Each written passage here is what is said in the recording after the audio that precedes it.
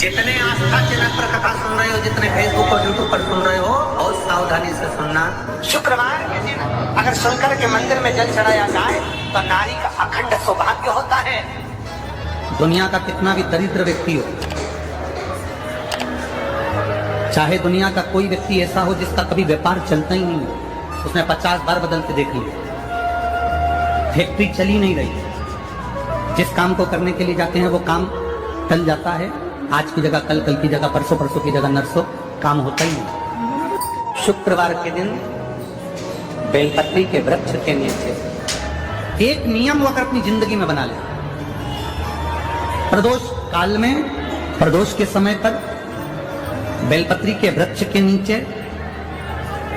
एक बार जाकर नमन करना और प्रदोष काल में शंकर भगवान के मंदिर में दिया लगाना। ये दो चीजें अगर वो 3 महीना भी लगातार कर ले तो उसके जीवन में कभी कोई समस्या आ ही नहीं सकती, कोई दुख आ ही नहीं। शुक्रवार के दिन बेलपत्री के वृक्ष के नीचे बैठकर घृत का दिया लगाकर शरीर में जो रोग है उसका स्मरण कर शंकर जी से विनय कर, हे भोलेनाथ, आपने शुक्र देवता को संजीवनी मंत्र दिया है, तो क्या आप मेरे को वो मंत्र प्रदान नहीं करोगे? मेरे रोग, मेरी बीमारी, मेरे दुख को आप नहीं हरोगे? शिव से कहो, ये शरीर आपने दिया है और भजन करने के लिए दिया है, स्मरण करने के लिए दिया है, कीर्तन करने के लिए दिया है, तो संभालोगे भी आप। और बेलपत्री की ओर मुख कर घी का दिया लगाकर महामृत्युंजय मंत्र का स्मरण कर लेने पर धीरे धीरे धीरे धीरे धीरे धीरे वो रोग समाप्ति की ओर आता चलेगा। कभी शिव मंदिर में जल चढ़ाने का मौका मिले और आप शंकर जी के मंदिर में जल चढ़ाने के लिए जाएं, तो केवल जल चढ़ाकर वापस मत आना, केवल बेलपत्र चढ़ाकर वापस ना आना, दिया लगाकर वापस ना आना। आते आते बाबा भोलेनाथ जी से ये भी पूछ कर आना, बाबा आप मंदिर में बैठे रहते हो, बहुत दिन हो गए आपको बैठे बैठे, चलो आज मैं आपको मेरे। आप अगर कहीं जा भी नहीं सकते तो शिव तत्व कहता है कि अपने घर में बैठकर भगवान शंकर की अविरल भक्ति को धारण करो। जितना आप शिव को याद करोगे उतना उतना आपकी जिंदगी का दुख कटेगा। शिव महापुराण में कथा आती है कि माता सती यज्ञ की अग्नि में कूदकर अपने प्राणों को त्याग दिया।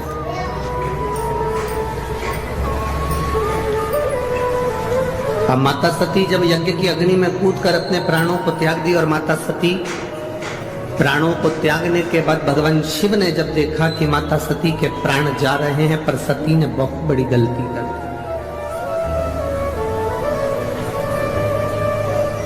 ये सती ने जो गलती करी, संसार का कोई व्यक्ति ऐसी गलती ना करे जो सती कर गई, जो माता सती ने करा।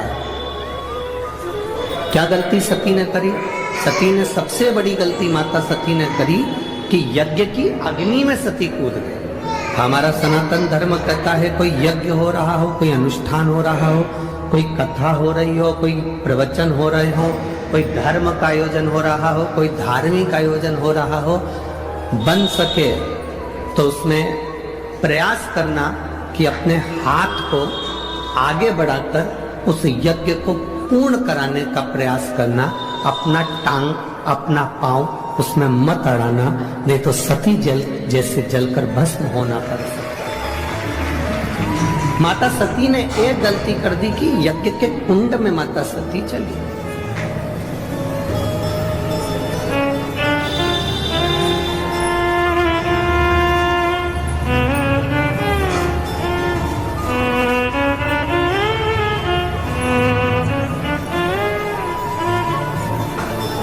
आज हम जब कल रात्रि को यहाँ पहुंचे तो सुबह सुबह एक भैया प्रश्न कर रहे थे, यही सांसद जी के यहीं से कोई होंगे सेवादार भाव वाले, उन्होंने प्रश्न किया, गुरुजी आप कहते हो कि मनुष्य को हमेशा सत्य बोलना चाहिए, सत्यम शिवम,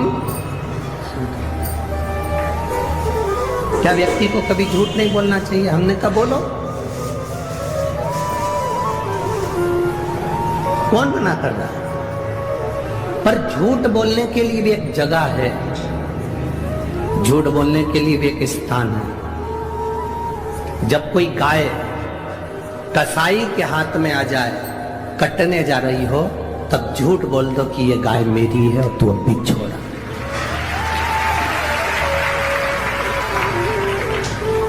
झूठ बोलने के लिए भी एक स्थान बताया गया है कि उस स्थान पर झूठ बोल दो।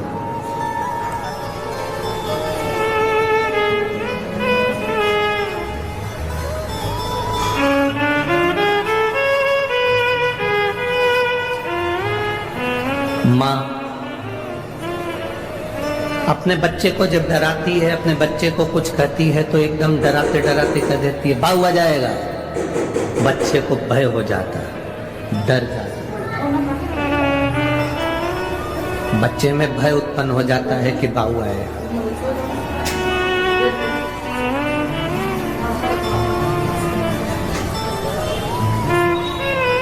जैसे बच्चे में भय होता है कि बाऊ आ जाएगा तो बच्चा डर जाता है, उसी तरह जब हम प्रतिदिन पंचाक्षर मंत्र नमः शिवाय, षडाक्षर मंत्र ओम नमः शिवाय या श्री शिवाय नमस्तुभ्यम का जाप करते हैं तो मृत्यु को, पाप को, हमारे बेकार कर्म को भी भय लगता है कि मैं इसके नजदीक नहीं जाऊं।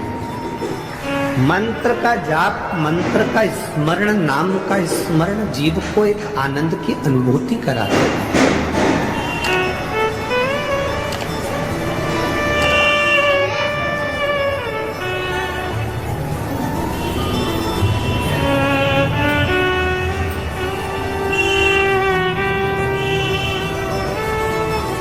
एक आनंद की अनुभूति कराने वाला। महाराज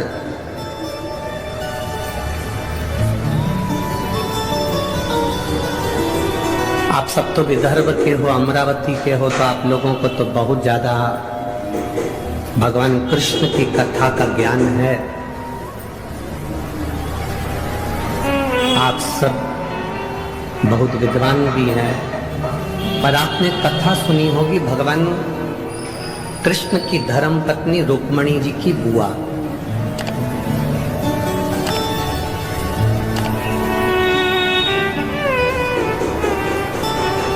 माता रुक्मणी जी की एक बुआ थी जिनका नाम इंदुमती था। क्या नाम था? जम के बोलो जरा। इंदुमती। ये रुक्मणी जी की बुआ है, भगवान कृष्ण की बुआ सास इंदुमती। विदर्भराज भीष्मक की बहन है इंदुमती।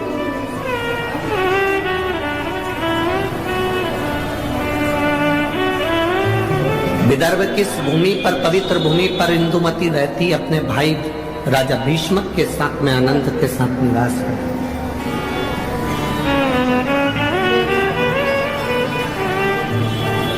माता इंदुमती का एक संकल्प सबसे प्रबल था। उस संकल्प के चक्कर में जितने इस विदर्भ में कोई द्रोही भी अगर अंदर प्रवेश करने की सोचता था तो इंदुमती को देखकर भय खा जाता था। इंदुमती को देखकर उसको भय लगने लगता था।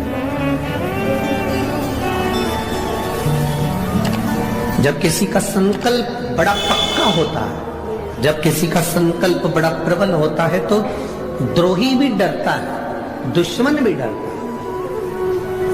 अगर आपका संकल्प पक्का है तो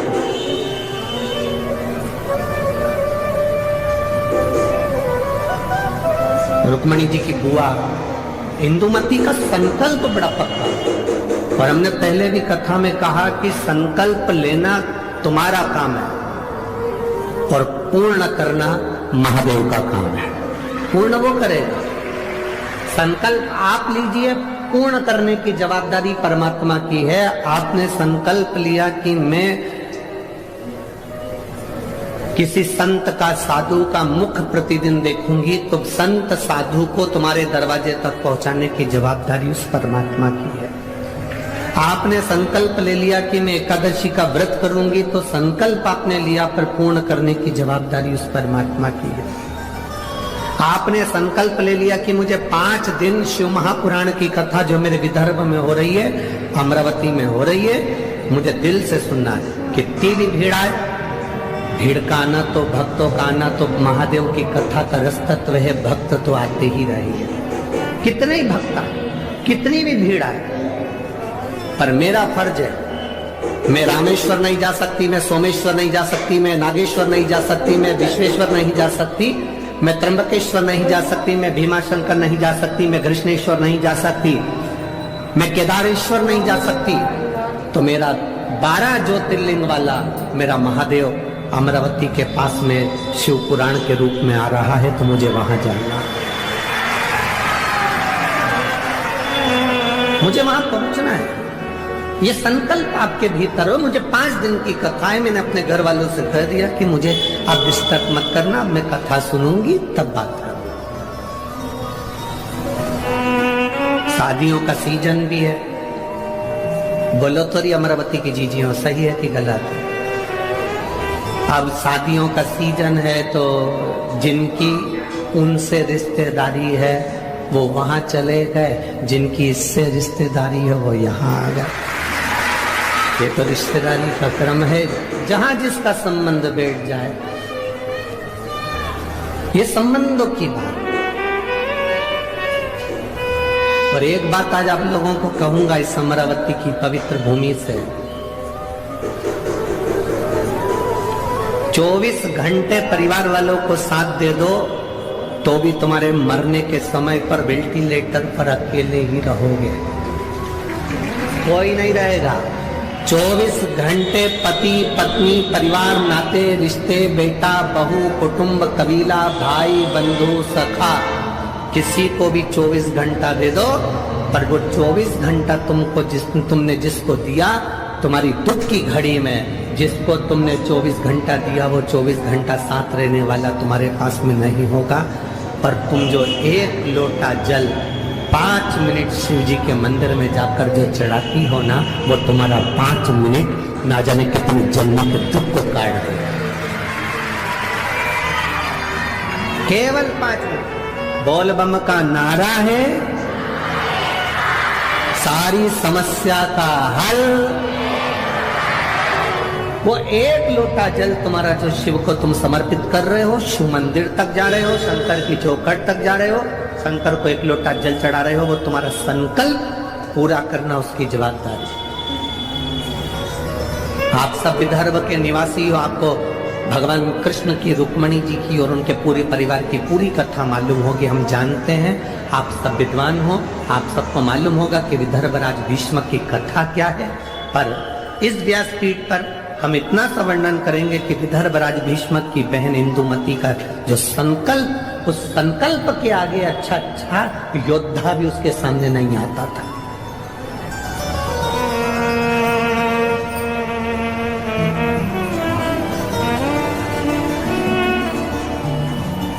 जैसे भारत की भूमि के जितने संत हुए, इन्होंने पूरे राष्ट्र को केवल भक्ति का बल प्रदान किया,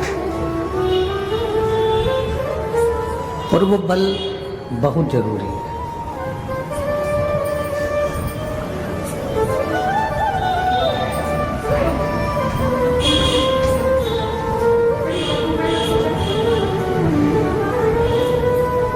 जो हमने परमात्मा को दिया है वो परमात्मा ने हमको दिया है। मेरी जीजियों, पंढरपुर के मेरे जीजाओं, मेरी बेटियों, मेरी माताओं, मेरे भाई, मेरी बहन, इस संसार सागर में जन्म लेने के बाद हम जो दे रहे हैं वो हमको प्राप्त होना ही है।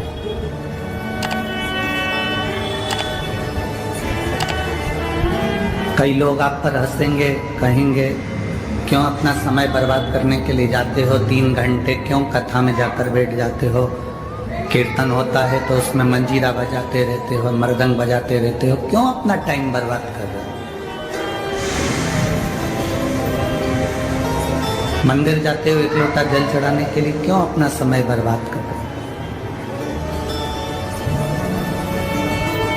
कई लोग आपको मिलेंगे और एक ही बात कहेंगे कि इसमें अपना समय बर्बाद मत करो, अपना काम करो। हम कहते हैं, हमने कभी भी अपनी व्यासपीठ से ये कभी नहीं कहा कि तुम अपना घर छोड़ दो या काम छोड़ो। कभी बोला? इस व्यासपीठ से आप लोगों ने इतनी कथा सुनी, कभी आपसे कहा कि अपना घर छोड़ दो या अपना काम छोड़ दो? खूब काम करो, अपने परिवार में रहो, अपने परिवार के साथ रहो, अपने कुटुंब नातेदार रिश्तेदारों के साथ रहो, मना नहीं है। पर संत नामदेव जी जैसे, संत तुकाराम जी जैसे, संत ज्ञानेश्वर जैसे, संत मुक्ताबाई जैसे, संत रामकृष्ण परमहंस जैसे, संत मीराबाई जैसे अपनी जिंदगी को जियो। घर में रहो, परिवार में रहो, और परिवार में रहकर भी भगवान का इतना भजन करते रहो कि हरि विठ्ठल तुम्हें गले लगाने के लिए आ जाए, इतनी भक्ति।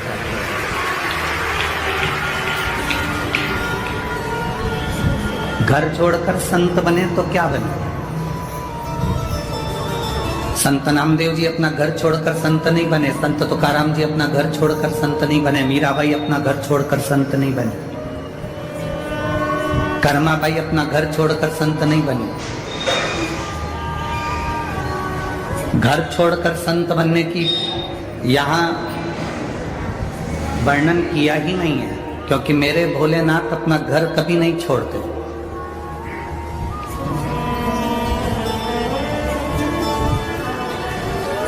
कई लोग कहते हैं हमने शंकर जी के लिए अपना घर छोड़ दिया। शंकर जी तुझे कहने के लिए आए थे कि तू घर छोड़।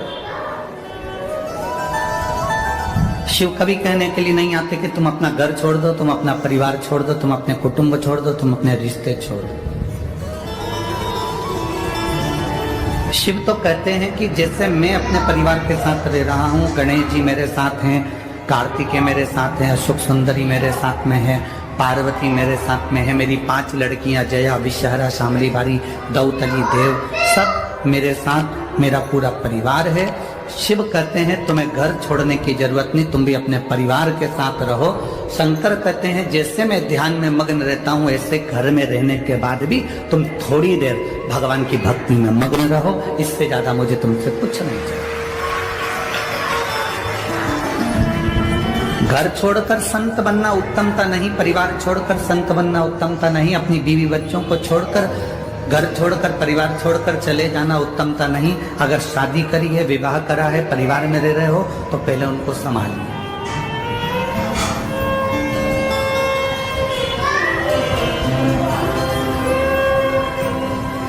अपना साधु जैसा जीवन आप घर में क्यों नहीं जी पाते?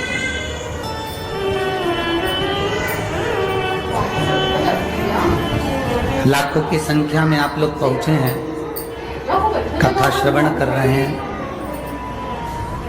लाखों की संख्या में पहुंचने के बाद आपसे कभी किसी ने नहीं कहा होगा, ना किसी ने दबाव दिया होगा कि तुम्हें कथा सुनने चलना है। कोई ने प्रेशर भी नहीं दिया होगा कि तुम्हें कथा सुनना ही पड़ेगी। आपने कभी अपनी पड़ोसन से ये कहा कि तुझे 1 लोटा जल चढ़ाने जाना ही पड़ेगा, चाहे कुछ भी हो जाए? नहीं गई तो सोच लेना। कभी ऐसा कहा? अरे बोलो तो जम के। नहीं कहा ना। मतलब किसी को कोई प्रेशर नहीं है, किसी को कोई दबाव नहीं है। तुम्हारा मन पड़े तो 1 लोटा जल चढ़ाओ, तुम्हारा मन पड़े तो शिव महापुराण की कथा सुनो, तुम्हारा मन पड़े तो भगवान का दर्शन करो, तुम्हारा मन पड़े तो भजन करो। किसी पर कोई प्रेशर नहीं, कोई दबाव नहीं। क्यों? क्योंकि शिव महापुराण की कथा कहती है कि दबाव से कभी कोई काम नहीं होता। जिस बच्चे को माता पिता ज्यादा प्रेशर देते हैं, पढ़ पढ़ पढ़ पढ़, वो बच्चे का दिमाग पढ़ने में नहीं लगता। जब माता पिता एक बार उसको दिल से समझा देते हैं, बेटा तेरी पूरी जिंदगी इसी पढ़ाई में है, तुझे दिल से पढ़ना पड़ेगा, उत्तीर्ण होना पड़ेगा, नंबर अच्छे लाना पड़ेंगे, तो बच्चा समझ जाता है और अच्छी पढ़ाई कर कर आगे बढ़ जाता है। उसको समझाना पड़ेगा, प्रेशर नहीं देना, उस पर दबाव नहीं देना है। हमें उसको दबाना नहीं है, हमें उसे प्रेशर में नहीं रखना।